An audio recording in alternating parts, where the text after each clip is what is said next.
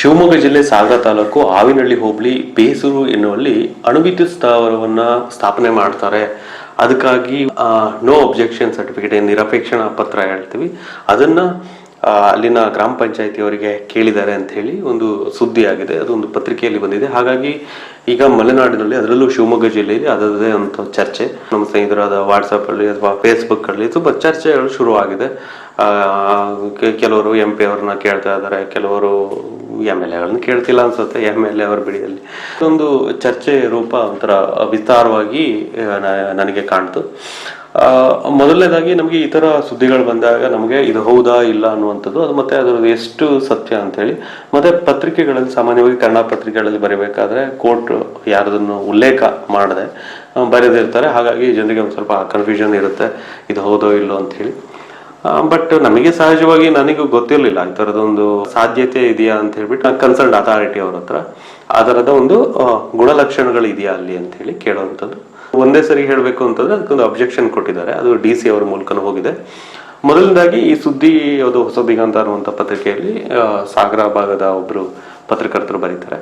ಆ ಪತ್ರಿಕೆಯಲ್ಲಿ ಅದು ತುಂಬಾ ಚೆನ್ನಾಗಿ ಬರೆದಿದ್ದಾರೆ ಅವರು. ಆಕ್ಚುಲಿ ಅದು ಚೆನ್ನಾಗಿದೆ, ಸರಿ ಇದೆ. ಆದ್ರೆ ಉತ್ತರ ಕೊಡುವಂತವ್ರದ್ದು ಯಾರ್ದು ಕೋರ್ಟ್ ಇರಲಿಲ್ಲ. ಆದ್ರೆ ಗ್ರಾಮ ಪಂಚಾಯತಿಯಲ್ಲಿ ಯಾರೋ ಹೋರಾಟಗಾರರು ನಾವು ಹೋರಾಟಕ್ಕೆ ಜೈ ಅಂತ ಹೇಳ್ಬಿಟ್ಟು ಹೋರಾಟಕ್ಕೆ ಹೋಗ್ತೀವಿ ಅಂತ ಹೇಳಿದ್ದಾರೆ. ಸಾಗರ ಭಾಗದಲ್ಲಿ ಸಾಕಷ್ಟು ಪರಿಸರವಾದಿಗಳಿದ್ದಾರೆ, ಸಾಕಷ್ಟು ಖ್ಯಾತಿ ಗಳಿಸ್ತಂತರು. ಒಂದು ರಾಜಕಾರಣವು ಚೆನ್ನಾಗಿದೆ, ಅವ್ರನ್ನೆಲ್ಲ ಕೇಳ್ಬೋದಿತ್ತು.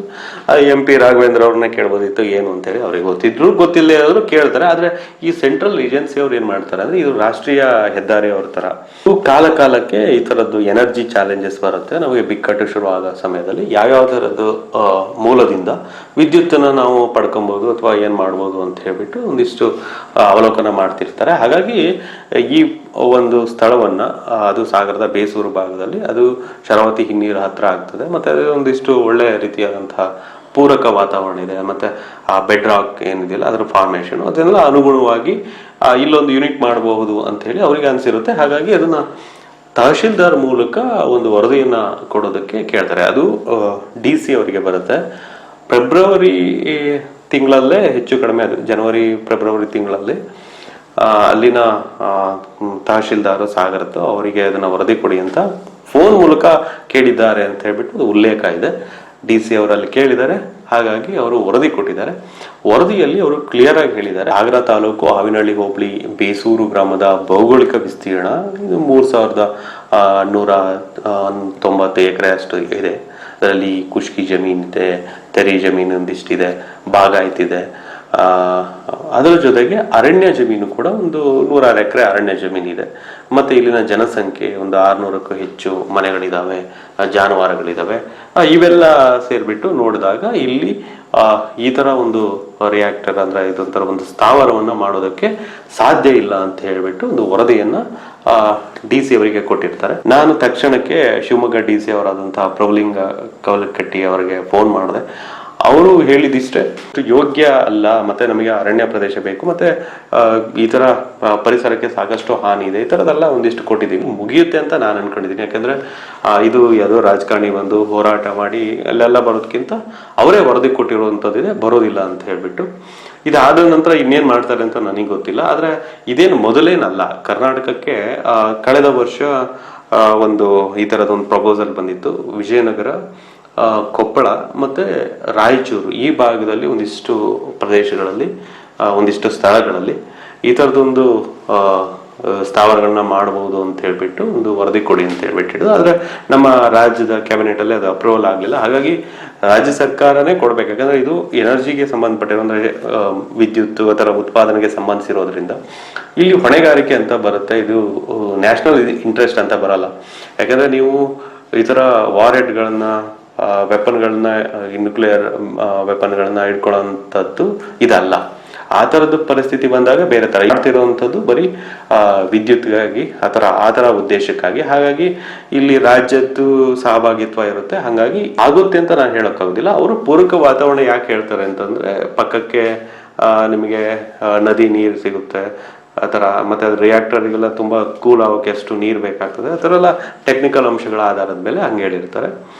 ಹಾಗಾಗಿ ಈ ಚರ್ಚೆ ಅದಷ್ಟು ಅಪ್ರಸ್ತುತ ಅಂತ ಅನ್ಸುತ್ತೆ. ಇದ್ದಕ್ಕಿದ್ದಂಗೆ ಮತ್ತೆ ಅದನ್ನ ಹೋರಾಟದ ಸ್ವರೂಪವನ್ನು ಪಡ್ಕೊಳ್ಳೋದಾಗ್ಲಿ ಅಥವಾ ಯಾವುದೇ ಎನ್ವಿರಾನ್ಮೆಂಟಲಿಸ್ಟ್ಗಳು ಕೂಗಾಡೋದಾಗ್ಲಿ ಅದು ಅಷ್ಟು ಈಗ ಸದ್ಯಕ್ಕೆ ಸಮಂಜಸ ಅಲ್ಲ. ಆದರೆ ಕೇಳುವಂತ ಕೇಳಬೇಕು. ಅಲ್ಲಿರುವಂಥ ಶಾಸಕರಂತ ಗೋಪಾಲ್ ಕೃಷ್ಣ ಬೇಳೂರು ಅವ್ರು ಅದನ್ನೆಲ್ಲ ಕೇಳಬೇಕು. ಅಟ್ಲೀಸ್ಟ್ ಒಂದು ಸ್ವಲ್ಪ ರಿಯಾಕ್ಟ್ ಮಾಡಬೇಕು. ಜನರಿಗೆ ಜನಪ್ರತಿನಿಧಿಗಳು ಸ್ವಲ್ಪ ಹೇಳಬೇಕು, ಯಾರ್ದಾದ್ರೂ ಮಾಹಿತಿ ತಗೊಂಡು. ಈ ಜರ್ನಲಿಸ್ಟ್ಗಳು ಮಾಡಿದ ಕೆಲಸನೂ ಅವ್ರು ಮಾಡೋದಿಲ್ಲ, ಅದೇ ಬೇಜಾರಾಗೋದು. ಈ ವರದಿಯಲ್ಲಿ ಇನ್ನೊಂದು ಸಮಸ್ಯೆ ಆಗಿದೆ. ಏನು ಅಂತಂದ್ರೆ, ಈಗ ನೀವೆಲ್ಲ ನೋಡ್ತಾ ಇರ್ಬೋದು, ನಮ್ಮ ಮಲೆನಾಡು ಭಾಗದಲ್ಲೇ ಜಾಸ್ತಿ ಕಾಣಿಸ್ಕೊಳ್ತಿದೆ. ಮನೆಗಳಿಗೆ ಸ್ವಲ್ಪ ಸಮೀಪವೇ ಒಂದು ಸಣ್ಣ ವಿಮಾನ ಹಾರಾಡ್ತಾ ಇರುತ್ತೆ. ತುಂಬಾ ಕಡೆ ಹಾರಾಡ್ತಿರುತ್ತೆ. ಊರ್ ಮೇಲೆ ತುಂಬಾ ನೋಡಿರ್ತೀರ, ದಿನವಿಡೀ ಹಾರಾಡ್ತಿರುತ್ತೆ. ಒಂದ್ ದಿನಕ್ಕೆ ಮನೆ ಮೇಲೆ 4-5 ಟ್ರಿಪ್ ಹೋಗ್ತಾ ಇರುತ್ತೆ. ಸಾಕಷ್ಟು ಪ್ಯಾನಿಕ್ ಆಗಿದ್ದಾರೆ. ಚಿಕ್ಕಮಂಗ್ಳೂರ್ ಕಡೆ ಕಾಣಿಸ್ತು, ಆಮೇಲೆ ಉತ್ತರ ಕನ್ನಡದಲ್ಲಿ ಸ್ವಲ್ಪ ಹೊಡೀತು, ಆಮೇಲೆ ಈಗ ಮತ್ತೆ ಸಾಗರ ಆತರ ಈ ತೀರ್ಥಹಳ್ಳಿ ಈ ಬದಿಯೆಲ್ಲ ಅದು ವಿಮಾನ ಹಾರಾಡ್ತಿದೆ. ಅದನ್ನ ಮೊದಲೇ ಈಗೆಲ್ಲ ನೀವು ಸುದ್ದಿಗಳು ನೋಡಿರ್ತೀರ. ಜಿಯಾಲಜಿಕಲ್ ಸರ್ವೆ ಆಫ್ ಇಂಡಿಯಾದವರು ಅದನ್ನ ಬಿಟ್ಟಿರುವಂಥದ್ದು. ಅದು ಪ್ರತಿ ವರ್ಷನೂ ಕೆಲವೊಂದು ಭಾಗಗಳಲ್ಲಿ ಆಗ್ತಾ ಇರುತ್ತೆ. ಅದು ಈ ವರ್ಷ ನಮ್ಮಲ್ಲಾದ್ರೆ ನೆಕ್ಸ್ಟ್ ಇಯರ್ ಇಲ್ಲ ಆಗ್ಬೇಕು ಅಂತಿಲ್ಲ. ಎಷ್ಟೋ ವರ್ಷಗಳ ಹಿಂದೆ ಈ ತರ ವಿಮಾನ ಹೀಗೆ ಹಾರಾಡುತ್ತೆ ಏನೋ ನನಗೆ ಗೊತ್ತಿಲ್ಲ. ಬಟ್ ನಾವಂತೂ ನೋಡಿಲ್ಲ ಎಷ್ಟು ಸುಮಾರು ಒಂದು 2-3 ದಶಕದಲ್ಲಿ. ಬಟ್ ಈಗ ಅದು ತುಂಬಾ ಸಮೀಪದಲ್ಲಿ ಹಾರಾಡ್ತಿರುತ್ತೆ. ಅದು ಕೂಡ ಎಷ್ಟು ಅಂದ್ರೆ, ಇವತ್ತು ನಮ್ಮ ಮನೆ ಹತ್ರ ಇದ್ರೆ ಇನ್ನೊಂದು ಮತ್ತೆ ಅದು ಅದೇ ದಿನ ಟ್ರಿಪ್ ಬರ್ಬೇಕಾದ್ರೆ ಒಂದು 3-4 ಮನೆಗಳ ಆಚೆ ಇರುತ್ತೆ. ಆ ಲೈನ್ ತರ ಅದು ಮಾಡ್ಕೊಂಡಿರುತ್ತೆ. ಬರೀ ಈ ತರ ಲೈನ್ ಹೊಡಿಯುತ್ತೆ. ಆಮೇಲೆ ಇನ್ನೊಂದು ನೆಕ್ಸ್ಟ್ ವಾರ ಅದು ಪಕ್ಕದ ಊರಿಗೆ ಅಥವಾ ಪಕ್ಕದ ಗ್ರಾಮ ಪಂಚಾಯತಿ ಕಡೆ ಅಲ್ಲೆಲ್ಲೋ ಶಿಫ್ಟ್ ಆಗಿರುತ್ತೆ ಆ ಲೈನು. ಸೊ ಹೀಗೆ ಆಗ್ತದೆ. ನಾನು ಮೊನ್ನೆನೂ ಕೂಡ ಸಾಗರದಲ್ಲಿ ಒಂದು ಹಳ್ಳಿಯಲ್ಲಿ ಫ್ಲೈಟ್ ರೆಡಾರ್ ಅದರಲ್ಲಿ ನೋಡ್ಕೊಂಡ್ಬಿಟ್ಟು, ಅದರಲ್ಲೂ ಕೂಡ ಅದು ತುಂಬಾ ಸ್ಪಾಟ್ ಆಗೋದು ಬಹಳ ರೇರ್ ಅದು. ಯಾಕಂದ್ರೆ ಆ ರೆಡಾರ್ಗೂ ಸಿಗೋದಿಲ್ಲ ಅದು. ಅದು ಬಂದ ತಕ್ಷಣ ಅದು ಕ್ಯಾಮ್ರಾ ಹಿಡ್ಕೊಂಡ್ಬಿಟ್ಟು ಒಂದಿಷ್ಟು ವಿಡಿಯೋ ತುಂಬಾ ಮನೆ ಹತ್ರನೇ ಹೋಗ್ತಾ ಇತ್ತು. ನನಗೇನು ಪ್ಯಾನಿಕ್ ಆಗಲಿಲ್ಲ. ನಾನು ಒಂದು ಸ್ವಲ್ಪ ವಿಡಿಯೋ ಇರಲಿ ಅಂತ ಹೇಳ್ಬಿಟ್ಟು 1-2 ವಿಡಿಯೋ ತಗೊಂಡೆ. ತುಂಬಾ ಜನರಿಗೆ ಕಾಣ್ತದೆ. ಅದನ್ನ ಈ ಒಂದು ಇನ್ಸಿಡೆಂಟಿಗೆ ಟ್ಯಾಗ್ ಮಾಡಿಬಿಟ್ಟು ಕೂಡ ಬರೆದಿದ್ದಾರೆ. ಆದ್ರೆ ಈ ಒಂದು ವಿಮಾನ ಹಾರಾಟಕ್ಕೂ ಮತ್ತೆ ಈ ತರ ಈ ಸ್ಥಾವರಗಳಿಗೆ ಕೇಳುವಂಥವು ಯಾವುದು ಸಂಬಂಧ ಇಲ್ಲ.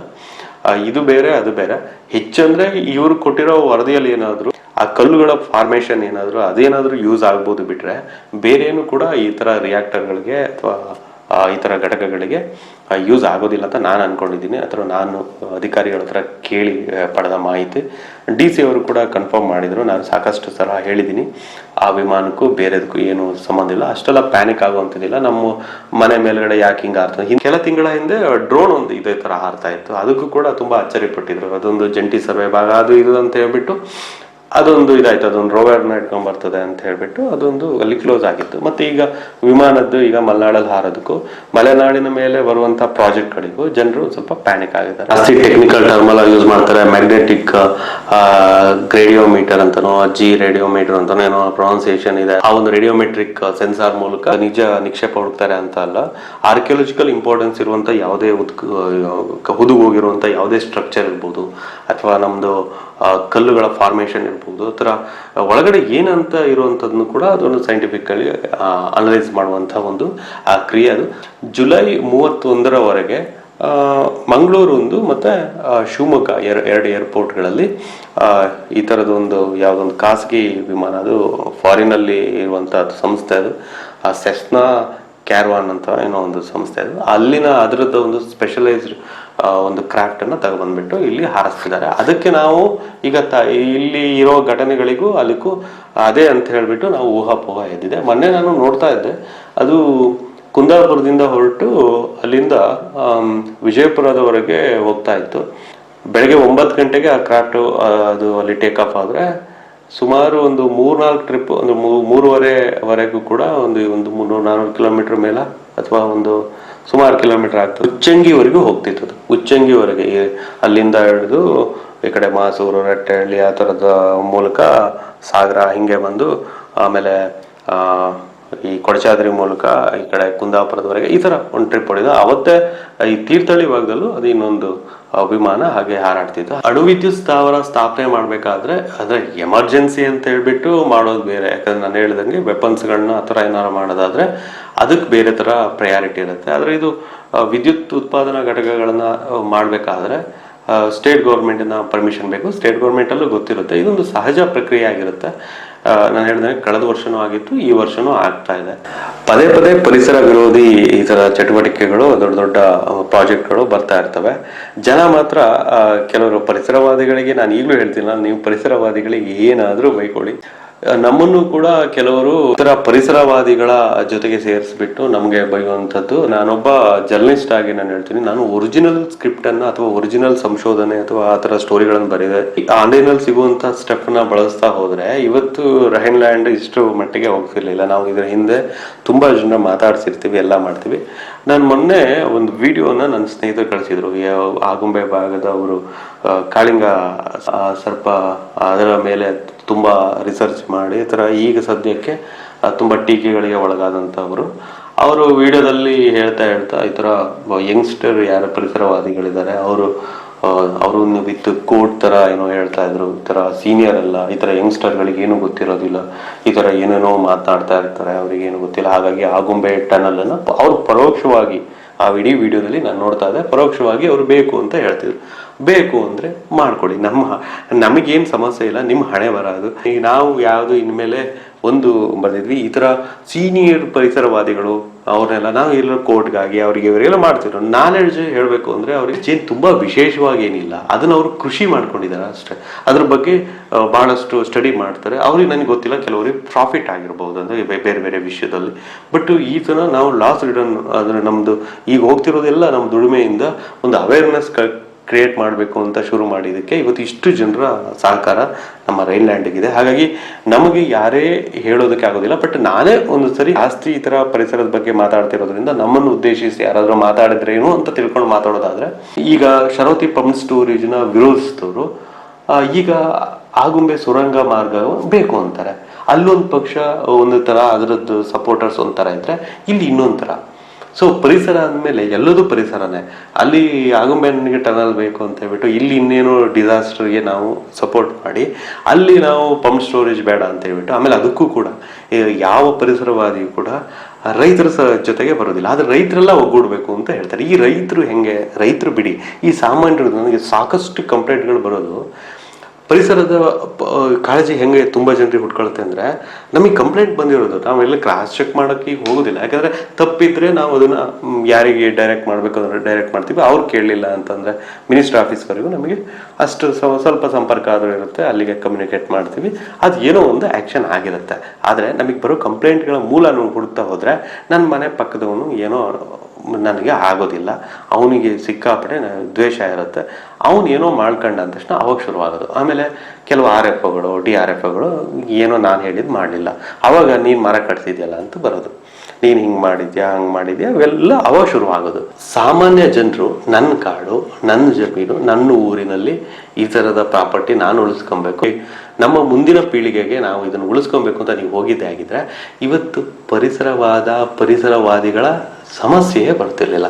ಬಟ್ ಇಲ್ಲಿ ಆಗಿರೋದೇನು ಅಂತಂದ್ರೆ, ನಿಮಗೆ ಪರಿಸರ ಪ್ರಜ್ಞೆ ಅಣು ವಿದ್ಯುತ್ ಸ್ಥಾವರ ಮಾಡಿದಾಗ ಹೆದರಿಕೆ ಶುರು ಆಗ್ತದೆ, ಅಥವಾ ನಿಮ್ಮನ್ನ ಒಕ್ಕಲೆಬ್ಬಿಸುವಂತಹ ಪ್ರಕ್ರಿಯೆಗಳು ಶುರು ಆಗ್ಬೋದು. ಆ ಸಮಯದಲ್ಲಿ ಈಗ ಈ ಜಿಯೋಲಾಜಿಕಲ್ ಸರ್ವೆ ಆಫ್ ಇಂಡಿಯಾದವರು ಏನೋ ಮಾಡ್ತಾರೆ ಅಂತ ಇಟ್ಕೊಳ್ಳಿ, ಎಲ್ಲೋ ಮಲೆನಾಡಿನ ಭಾಗದಲ್ಲಿ ಕೊಡಚಾದ್ರಿ ಭಾಗದಲ್ಲೋ ಅದರ ತಪ್ಪಲಲ್ಲೋ ಒಂದು ಒಳ್ಳೆ ಐರನ್ ಓರು ಅಥವಾ ಇನ್ಯಾವುದೋ ಒಂದು ಡೆಪಾಸಿಟ್ ಸಿಕ್ತು ಅಂತ, ಆಮೇಲೆ ಅಲ್ಲಿರೋ ಸುತ್ತಮುತ್ತಲೆಲ್ಲ ನೋಡಿಸ್ಕೊಡ್ತಾ ಶುರು ಮಾಡ್ತಾರೆ. ಅದೊಂದು ಈಗ ಆಕ್ಚುಲಿ ನ್ಯಾಷನಲ್ ಇಂಟ್ರೆಸ್ಟ್ ಅಲ್ಲಿ ಆಗುವಂಥದ್ದಲ್ವಾ. ಹಾಗಾಗಿ ಆವಾಗ ನಿಮಗೆ ಮತ್ತೆ ಬರ್ತೀರಾ ಪರಿಸರ ಅಂದ್ರೆ, ಪರಿಸರ ನಿಮ್ಮನ್ನು ಉಳಿಸ್ಬೇಕಾಗುತ್ತೆ, ನಿಮ್ಮ ಮನೆಗಳನ್ನ ನಿಮ್ಮ ಇದನ್ನ. ಅವಾಗ ಸುಪ್ರೀಂ ಕೋರ್ಟ್ ಮೊರೆವರೆಗೂ ಹೋಗ್ತಾರೆ ಎಲ್ಲರೂ.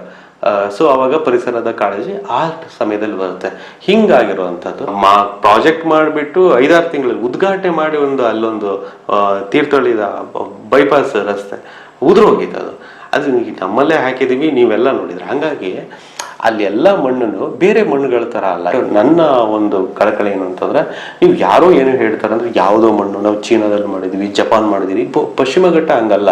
ಪಶ್ಚಿಮ ಘಟ್ಟದ ಮಣ್ಣಿನ ಇದು ಬೇರೆ ತರದ ಫಾರ್ಮೇಶನ್ ಇರುತ್ತೆ. ನೀವು ಸುತ್ತ ಇರುವಂಥದ್ದು ಈ ಹೆಗಲತ್ತಿ ಗುಡ್ಡ ಹೆಂಗ್ ಬಸ್ಕೊಂಬಂತ ಹೇಳಿ, ಇಡೀ ಗುಡ್ಡನೇ ಜರ್ಕ ಬಂದಿತ್ತು ಅವತ್ತು. ಅದು ಜರ್ನಲಿಸ್ಟ್ಗಳಿಗೆ ನಾವು ಬರೀ ಪ್ರಾಣಿಗಳ ಬಗ್ಗೆ ನಾನು ಹೇಳಕ್ ಹೋಗೋದಿಲ್ಲ ಹಂಗಂತ, ಇದು ಯಾವುದೋ ಕಾಳಿಂಗ ಸರ್ಪಕ್ಕೋಸ್ಕರ ನೀವು ಉಳಿಸಿ ಅಥವಾ ಇದೆ ಅಂತ ಜನರಿಗೆ ಅಷ್ಟೆಲ್ಲ ಪ್ರಜ್ಞೆ ಇಲ್ಲ. ಆದ್ರೆ ನಮ್ಮ ಜೀವನಕ್ಕೆ ಈ ಥರ ಪ್ರಾಜೆಕ್ಟ್ಗಳು ಬಹಳಷ್ಟು ಸಮಸ್ಯೆಗಳನ್ನು ಕೊಡ್ತವೆ. ನೀವು ಹೆಚ್ಚು ರೋಡ್ಗಳನ್ನ ಕನೆಕ್ಟ್ ಮಾಡಿ ಪ್ರೆಷರ್ನ ಶುರು ಮಾಡಿದ್ರೆ ಅಂದರೆ ಈಗ ನಮ್ಮ ಮನೆಯ ಬಾಗಿಲು ಬಿರುಕು ಬಿಟ್ಟು ನಾವು ಒಳಗಡೆ ಹೋಗುವಂಥ ಪರಿಸ್ಥಿತಿ, ನಮ್ಮ ಮೈ ಮೇಲೆ ಮಣ್ಣನ್ನು ಸುರ್ಕೊಳ್ಬೇಕಂತ ಪರಿಸ್ಥಿತಿ ಬರ್ಬೋದು. ಈಗಾಗಲೇ ನೋಡಿದಿರಿ ನೀವು ಈ ಥರದ ಘಟನೆಗಳನ್ನು. ಹಾಗಾಗಿ ಅಷ್ಟು ಎಚ್ಚರಿಸೋದು ಬಿಟ್ಟರೆ ನೀವು ಏನು ಮಾಡ್ಕೊಂಡ್ರೆ ಇನ್ಮೇಲೆ ಬರಲ್ಲ. ಕೆಲವರು ಅದೇ ಹೇಳ್ತಿದ್ರು, ಸಕಲೇಶ್ಪುರದಲ್ಲಿರುವಂಥ ಆ ಟ್ರೈನ್ ಬಗ್ಗೆ ಹೇಳ್ತಿದ್ರು. ನಾನು ನಿಮಗೆ ಸಕಲೇಶ್ಪುರದ ಟ್ರೈನ್ದು ಸುರಂಗದ್ದು ನಾನು ತೋರಿಸ್ತೀನಿ. ಅದು 70-80 ಕಿಂಡಿ ಸುರಂಗಗಳಿದ್ದಾವೆ ಅಂತ. ಬಂಡೆಗಳು ಜಾರ್ಕೊಂಡು ಬಿದ್ದಿರೋವಂಥದ್ದು ಈ ಕಳೆದ ವರ್ಷ ಮಳೆಗೆ. ಯಾವ ಪರಿಣತರು ಹೇಳಬೇಕಾಗಿಲ್ಲ ಪಶ್ಚಿಮ ಘಟ್ಟವನ್ನು. ನೀವು ಪಶ್ಚಿಮ ಘಟ್ಟದಲ್ಲಿ ಇರುವಂಥವರು ನಿಮಗೆ ಇಷ್ಟು ವರ್ಷಗಳಲ್ಲಿ ಆದಂಥ ಬದಲಾವಣೆಗಳನ್ನ ನೋಡ್ಕೋಬೋದು. ನಾನು ಮತ್ತೆ ಮಳೆ ಕಾಡಿಂದ ಬರುತ್ತೆ, ಪಶ್ಚಿಮ ಘಟ್ಟಗಳ ನಾಶದಿಂದ ಮಳೆ ಹೋಗ್ತದೆ ಅಂತಾರೆಲ್ಲ ಹೇಳುವಂಥ ವ್ಯಕ್ತಿ ನಾನಲ್ಲ. ತಜ್ಞರ ವರದಿಯನ್ನೆಲ್ಲ ಉಲ್ಲೇಖ ಮಾಡೋಷ್ಟು ನನಗೆ ನಾಲೆಡ್ಜ್ ಕಡಿಮೆ ಆಗಿಲ್ಲ.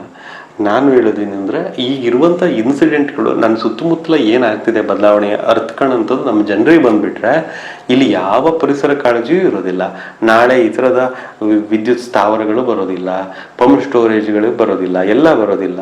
ನಮ್ಮ ರಾಜಕಾರಣಿಗಳು ಅಟ್ಲೀಸ್ಟ್ ಅದರಿಂದ ಹೆಂಗೆ ದೊಡ್ಡ ಅವರೇ ಮಾತಾಡ್ತಾರೆ, ವಿದ್ಯುತ್ ಬೇಕಲ್ಲ ನೆಕ್ಸ್ಟು ಏನು ಮಾಡೋಣ ಅಂತ. ನಾವೆಲ್ಲ ಓದಬೇಕಾದ್ರೆ ಈಗ ನವೀಕರಿಸಬಹುದಾದ ಸಂಪನ್ಮೂಲಗಳು ಎಲ್ಲ ಓದ್ಕೊಂಡಿದ್ವಿ. ಸೂರ್ಯನ ಬೆಳಕಿನಿಂದ ಇನ್ನು ಸೋಲಾರ್ ಅನ್ನೋದು ಆ ಕಾಲದಲ್ಲಿ ಅಂದ್ರೆ ಅಚ್ಚರಿಯಾಗಿ ಮಾರ್ಪಟ್ಟಿದಂಥದ್ದು ಒಂದು ವಿಷಯ. ಆ ಕಾಲದಲ್ಲೆಲ್ಲ ನಾವು ಈಗ ಕಾರ್ಗಳನ್ನೆಲ್ಲ ವಿದ್ಯುತ್ತಿಂದ ಓಡಿಸ್ತೀವಿ, ಆ ಥರ ಅದರದ್ದು ಕಾನ್ಸೆಪ್ಟೇ ಇರಲಿಲ್ಲ. ಆ ಥರದ ಕಾಲದಲ್ಲಿ ನಾವು ಓದ್ಕೊಂಡ್ಬಂದ್ವಿ. ಬಟ್ ಬರ್ತಾ ಹೆಂಗಾಯ್ತು ಅಂತಂದರೆ ಇವತ್ತಿಗೂ ಕೂಡ ಅದು ಇಂಪ್ಲಿಮೆಂಟೇಷನ್ ಆಗಲಿಲ್ಲ. ಆಯಿತು ಎಲ್ಲ ಈಗ ಎಷ್ಟು ಜನರ ಮನೆಯಲ್ಲಿ ಸೋಲಾರ್ ಪ್ಯಾನಲ್ಗಳನ್ನು ಹಾಕೊಂಡಿದ್ದೀವಿ ನಾವು, ಹೇಳಿ ನೋಡೋಣ. ಎಲ್ಲ ನೀರು ಈಗ ನಮ್ಮ ಮನೆಯಲ್ಲಿ ಅಷ್ಟೇ ನೀರು ಕಾಸೋದಕ್ಕೆ ಅಂತ ಒಂದಿಷ್ಟಿದೆ, ಅದು ಬೇಸಿಗೆಯಲ್ಲಿ ಅಂತ. ವಿದ್ಯುತ್ಗೆ ಅಂತ ಇಟ್ಕೊಂಡಿಲ್ಲ. ಇಷ್ಟು ಬಿಸಿಲು ಜಳ ಬರ್ತಾ ಇದೆ. ನಾವು ಯಾರಾದ್ರೂ ಕೂಡ ಅದನ್ನು ಉತ್ಪಾದನೆ ಮಾಡಿ ನಮಗೆ ಆಗೋಷ್ಟು ಮತ್ತೆ ಅದನ್ನು ರಿಟರ್ನ್ ಕೊಡುವಂಥದ್ದು ಎಷ್ಟು ಮನೆಗೆ ಮಾಡಿದ್ದೀವಿ, ಮಾಡ್ತಾನೆ ಇಲ್ಲ. ಯಾರು ಉತ್ತೇಜನೇ ಕೊಡ್ತಾ ಇಲ್ಲ ಇಂಥವುಗಳಿಗೆ. ಹಾಗಾಗಿ ನಮಗೆ ಈ ಥರ ಪದೇ ಈ ಥರ ರಾಜಕಾರಣಿಗಳು ಅವರಿಗೂ ಬೇಕಲ್ವಾ. ಈಗ ನಾನು ಹೇಳ್ದಂಗೆ ಈಗ ರಸ್ತೆಗಳು ನಮ್ಮಲ್ಲಿ ಪ್ರತಿ ಸಲನೂ ಕೂಡ ಅವರವರೇ ಸರ್ವೆ ಮಾಡ್ಕೊತಾರೆ. ಈಗ ನೀವು ಏನೋ ಮಾಡದಿದ್ರು ಅವರೇ ಒಂದು ಪ್ರಪೋಸಲ್ ಕಳಿಸ್ತಾರೆ, ಈ ಥರದೊಂದು ಜಾಸ್ತಿ ವಾಹನಗಳು ಓಡಾಟ ಇದೆ, ಇಲ್ಲಿ ಒಂದು ರಸ್ತೆ ಮಾಡ್ಬೋದು ಅಂತ.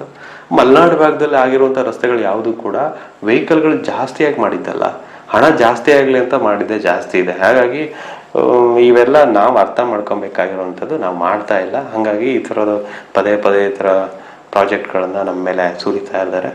ಹೋರಾಟಗಾರರನ್ನ ನಾವು ಒಪ್ಕೊಬೇಕು. DPR ಈ DPR ಬರಲಿ, DPR ತಯಾರು ಮಾಡಲಿ ಅಂತ ಹೇಳಿ ಕೂಡ ಅವರು ಉರ್ಗ ಸಂರಕ್ಷಕರು ಮಾತಾಡಿದ್ದು ನೋಡಿದೆ. DPR ಸಿಗ್ಲಿಲ್ಲ ಅಂತ ಹೇಳ್ಬಿಟ್ಟು ಆ ಶರಾವತಿ ಪಂಪ್ ಸ್ಟೋರೇಜಲ್ಲಿ ಎಲ್ಲ ನಮ್ಮ ಎನ್ವಿರಾನ್ಮೆಂಟಲಿಸ್ಟ್ಗಳೆಲ್ಲ ಹೊಡೆದಾಡೋದು. DPR ಸಿಗಬೇಕು, ನೀವು DPR ಆ ಇಡೀ ಆ ಸಭೆ, ಆಕ್ಷೇಪಣಾ ಸಭೆ ಆ DPR ಭಯ ಆಗೋಗಿತ್ತು. DPR ಕೊಡಿ. ಸೊ ಹೋರಾಟದ ಮಜಲುಗಳು ಇವತ್ತಿಗೂ DPR ಯಾರಿಗೂ ಸಿಗಲೇ ಇಲ್ಲ. ಆದರೂ PIL ಹಾಕೊಂಡಿದ್ದಾರೆ. PIL ಕೆಲವರು ಹಾಕೊಂಡಿದ್ದಾರೆ. ಅದು ಏನು ಅಂತ ನಮಗೂ ಗೊತ್ತಿಲ್ಲ. ನಾವೊಬ್ಬ ಜರ್ನಲಿಸ್ಟು, ನಾನು ತುಂಬ ಸಲ ನಮಗೆಲ್ಲ ಗೊತ್ತಿರಬೇಕಿತ್ತದು. ರಪ್ಪ ಅಂತ ನೋಡ್ತೀವಿ, ಒಂದ್ಸರಿ PIL ಬಂತು.